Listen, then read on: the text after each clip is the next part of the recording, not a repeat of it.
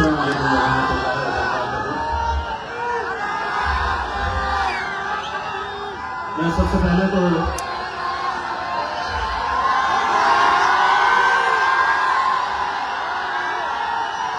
30 तारीख के दिन असद भाई को भी बोलना है, कम है। 30 तारीख के दिन ये सभा होने वाली थी। 30 तारीख के दिन पुलिस ने हमें ये सभा लेने का परमिशन भी दे दिया था, लेकिन मेरे कायद बैरिस्टर असदुद्दीन अवैसी साहब ने उस दिन ये फैसला लिया। जब यहाँ के आईजी और एसपी साहब का फोन आया और उन्होंने ये बताया कि यहाँ का माहौल थोड़ा गर्म है, तब हम तो आना चाहते थे, लेकिन कायद बैरिस्टर असदुद्दीन अवैसी साहब ने ये कहा कि हमें अहमदनगर के अंदर अमन चाहिए, हम कोई गड़बड़ी नहीं चाहते हैं, हम किसी को कोई तकलीफ देना नहीं चाहते हैं। इसीलिए उस दिन ये फैसला लिया गया कि ये सभा हम 30 तारीख के लिए नहीं, हम 9 तारीख के दिन आएंगे। अब मैं पुलिस डिपार्टमेंट जरा सुनिए।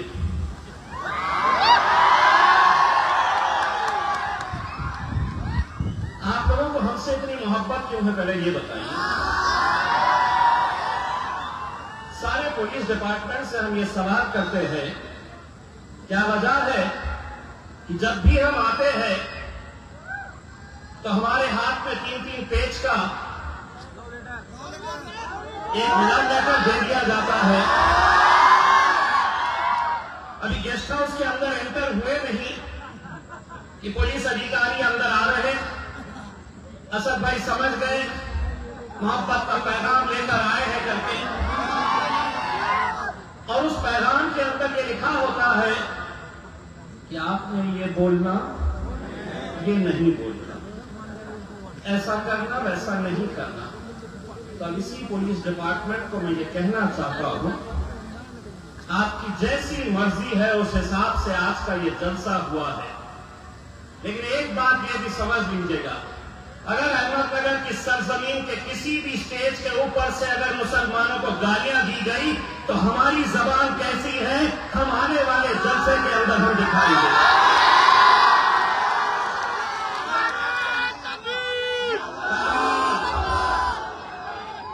ताली एक हाथ से नहीं बजेगी। कानून और नियम सिर्फ मजलिस के लिए रह नहीं सकते हैं। इस मुल्क के अंदर अगर कानून है तो सबके लिए है। और हाँ, आप लोग जो मुसलमानों को जिस नजरिए से देखते हैं, मैं हिंदुस्तान के मुसलमानों की तरफ से आज इस हुकूमत को, प्रशासन को और पुलिस को ये कहना चाहता हूं, एक एक नौजवान, एक एक बुजुर्ग की तरफ से मैं इस हुकूमत को ये बात कहना चाहता हूं कि जमीन पर घर बनाया है मगर जन्नत में रहते हैं। हमारी खुशनसीबी है कि हम भारत देश में रहते हैं। हर रोज हमने यहां पर भी कई बार हमारे खिलाफ गालियां तक सुनी है, लेकिन अगर आप ये समझ रहे हैं कि हमारे मुंह में जबान नहीं है, तो ये जितने भी है इन सब की जबानों को अगर मिला दे, हम तो जबान और पाए खाने वालों में से हैं। मेरे आप हमारी जबान का कहां मुकाबला कर पाओगे। हम नहीं कहेंगे। आज जो कोई उठता है, जो कोई खड़े रहता है, बस एक ही, जैसा हमारे मेंबर साहब ने बताया, एक नया फैशन आ गया है कि अगर मुझे सियासत करनी है तो मुझे मुसलमानों को गालियां देना पड़ेगा। नौजवानों, एक बात अच्छी तरह से समझ लो, आज मुल्क के अंदर या आपके अहमदनगर में, कल नीरज के अंदर, सांगली में, नीरज में ऐसी ही घटना हुई। कितने सारे बच्चे FIR कैसे कैसे सेक्शंस इनके ऊपर लगाए किसी मजहब का, किसी धर्म का हमने विरोध नहीं किया। अगर मैं ये कह रहा हूं कि मैं अपने नबी करीम सल्लल्लाहु अलैहि वसल्लम से मोहब्बत करता हूं, तो तुम्हें इख्तियार है कि तुम अपने देवी देवताओं से मोहब्बत करो, हमें कोई एतराज नहीं है। लेकिन हम ये भी ना कहें तो कैसे होगा? बहुत सारे लोगों ने आपको बताया है कि राज्य के अंदर कैसे कैसे लोग खड़े हो गए हैं अपनी एक नई इमेज तैयार करने के लिए। पहले हर रोज एक छोटा सा चिंटू, छोटा सा, वो बोलता था। अब आपके शहर में एक चिकनी चमेली आई है।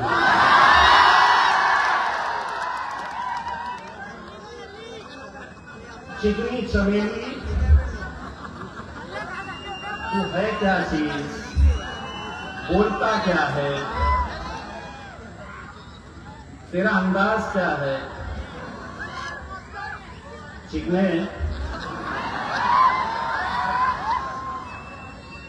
ऐसा नहीं है कि तू बोलता है तो हम उसकी दखल लेते हैं। दरअसल क्या है कि अहमदनगर की सड़क के ऊपर से अगर आप गुजरते हैं तो आजकल मेनका गांधी की वजह से कुत्तों को पकड़ा नहीं जाता है, रास्ते पे ही छोड़ा जाता है। तो कभी कोई गाड़ी पे जा रहे हैं, आप मोटरसाइकिल पे बैठ के जा रहे हैं, कोई गाड़ी में आप सफर कर रहे हैं, तो अक्सर आपके साथ भी हुआ होगा, पीछे भागते हुए कुत्ते आते हैं, भोंकते हैं। आप क्या करते हैं? आप अपना सफर जारी रखते हैं। तो पुलिस वाले साहब मेरा रिकॉर्डिंग कर रहे, मैंने नाम लिया ही नहीं किसी का मेरे भाई, लेकिन जिसको समझना था कि गाड़ी पे सफर कौन कर रहा है और पीछे कौन सा कुत्ता दौड़ रहा है, ये अहमदनगर की आवाम अच्छी तरह से जानती है। और मुझे मालूम है तुम क्या समझ रहे हो कि ये जलसा से तुम ही लोग देख रहे हैं।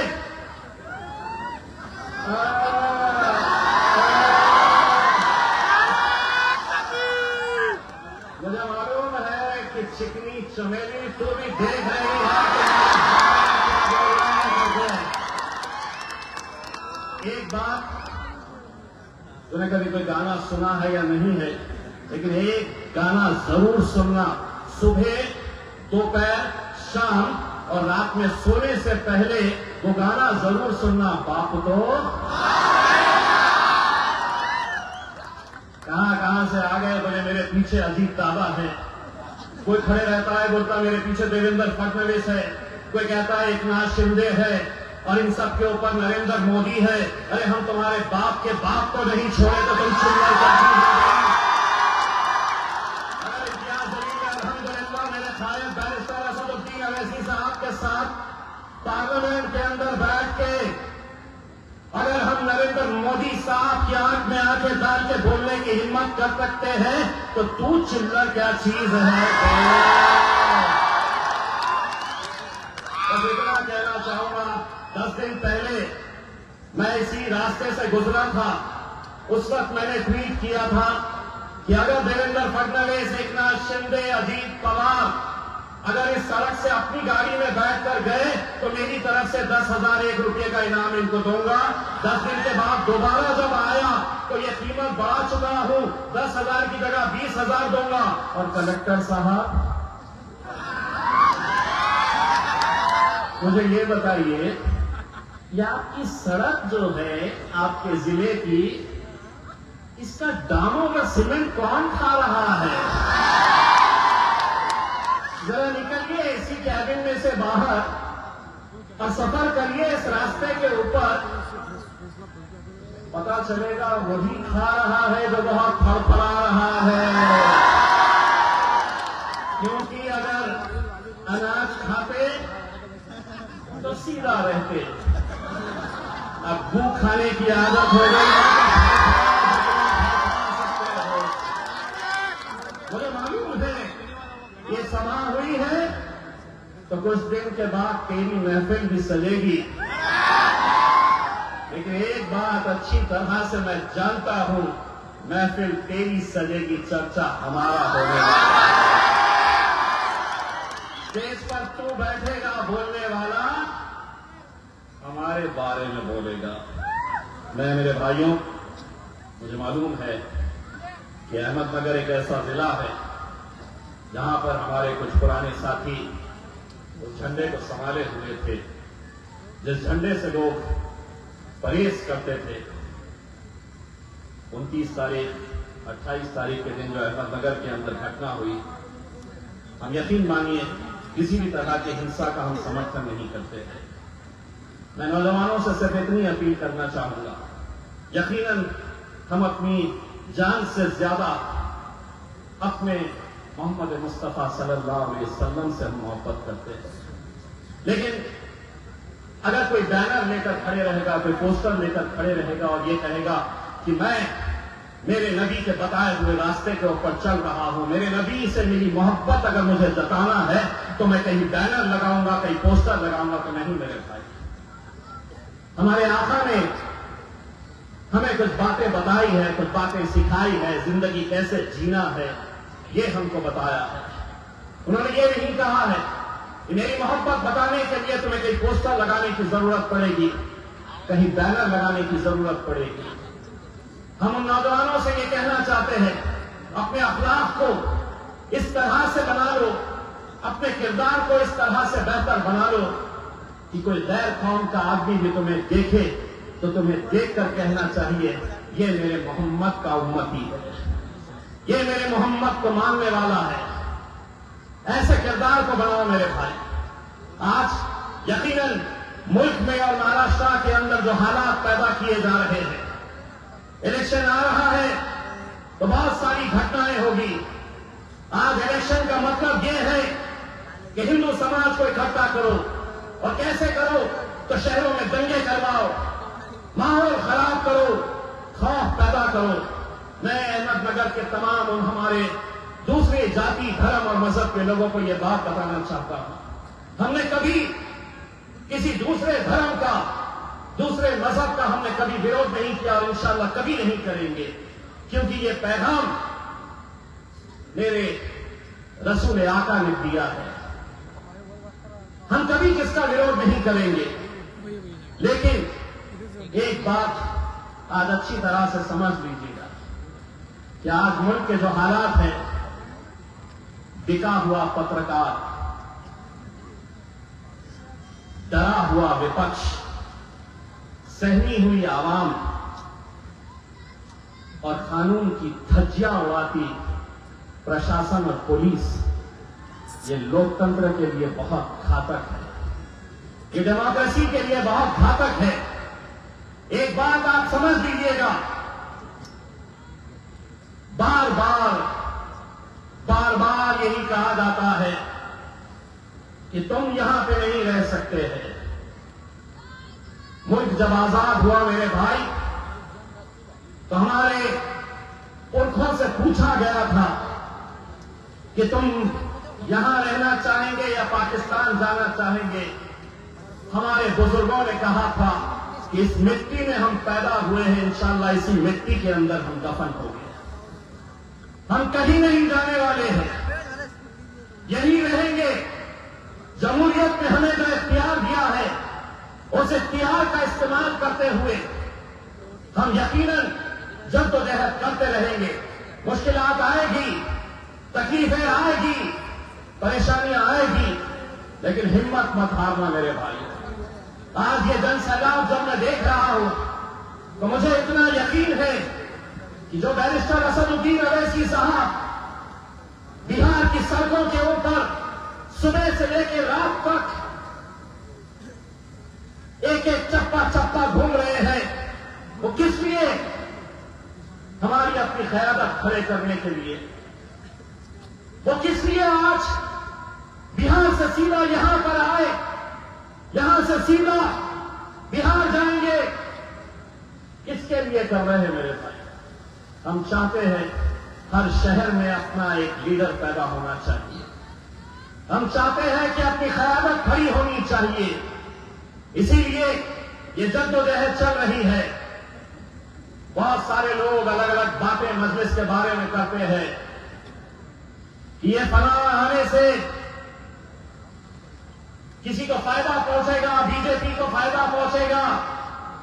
एक बात अच्छी तरह से समझ लो, इम्तियाज जलील अगर एमएलए बना औरंगाबाद से, इम्तियाज जलील अगर मेंबर ऑफ पार्लियामेंट बना औरंगाबाद से, तो वही भारतीय जनता पार्टी को और शिवसेना को पछाड़ के अल्हम्दुलिल्लाह हम वहां पर गए थे, उन्हीं को पछाड़ कर।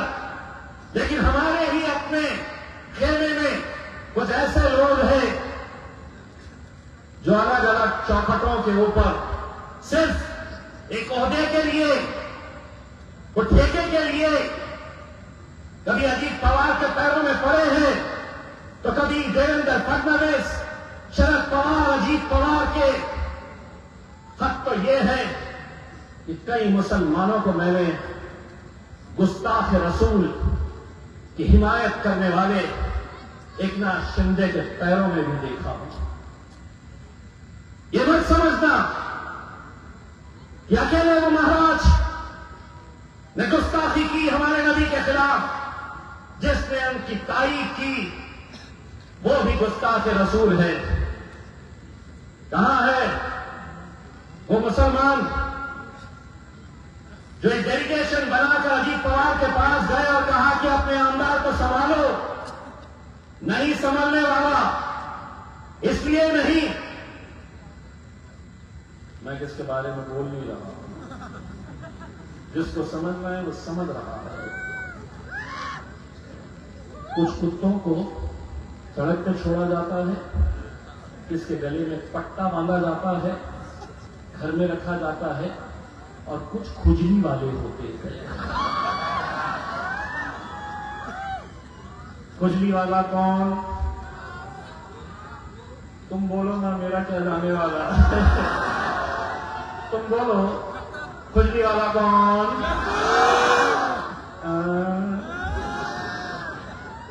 अब पुलिस वाले साहब लेके बैठे हैं, इम्तियाज जलील साहब कुछ बोलेंगे, खुजली वाला कल जाएगा, मीडिया वाले चलाएंगे।